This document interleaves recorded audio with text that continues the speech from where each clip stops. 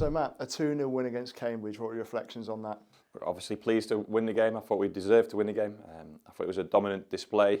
I'd like to go further ahead because you never know what's happened in the last 10-15 minutes of the game. But that's the best we've been with the ball. I thought we looked freer in our attacking moments. Maybe the space on the pitch suited us, but also a few partnerships and a few performances from the individuals coming to the fore. You've been full of praise for Promise in the last few weeks, and now he's got 2 goals.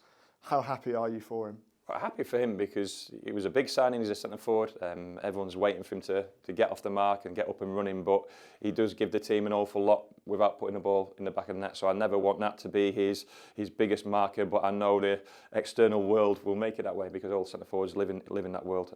But he adds an awful lot of value onto that pitch. But great for him to get off the mark, and then I think that goal probably settled him and a few others down a little bit, and you could see us just being more comfortable with our attacking play. And great to get that second goal early in the second half. I'd have liked a couple more, and that's no disrespect to the opposition in that period from the second goal to 18-minute mark. We should really have made it a more comfortable finish. Ruel also had a couple of really good chances as well. Do you feel that these partnerships are really starting to blossom? Yeah, but I think we played a different partnership in every game, and that's not through selection, that's through who's been available and where bodies have been, and obviously the Chrissy situation. So, we just want to try and settle into a bit of rhythm, a bit of routine. But that was a good balance to the team today, I felt. Not just in terms of their partnership, I thought the midfield complemented each other pretty well today. So the team looked more balanced in all aspects of the game. But Ruel's still getting up to speed, but there's something about his game, not just a drive when he drove it forward and hit the post, but his pressing, his work rate, his hold-up play, his link play. Like I say, that's an exciting partnership to build on. And you mentioned the midfield there, the first start for Jake Garrett. What did you make of his performance and how did he deserve it? Really pleased because he's a young lad, come on loan to us from a bigger club, a championship club with championship experience, and just probably hasn't quite had that performance yet. I know Promise will get the headlines with a goal, but I thought Jake was outstanding today. And I think once he started to get a foothold and control of the game himself in midfield, and he started to show a little bit of his personality. He's a Scouse lad who's got a little bit of swag about him and a pitch presence, a pitch personality, but he can handle the ball as well. Like I say, he's a receiver of the ball and a manipulator of the ball, and Wardy's a runner. I thought that partnership with Camille behind it complemented each other well. Like you mentioned, people will talk about the goals, but that's 3 clean sheets in 4 in the league, and Josh Griffiths was only tested really once. How happy with that? Yeah, and people will talk about our attacking play. That the biggest problem we had to fix, and we've not fixed it, by the way, we're only 3 or 4 games in.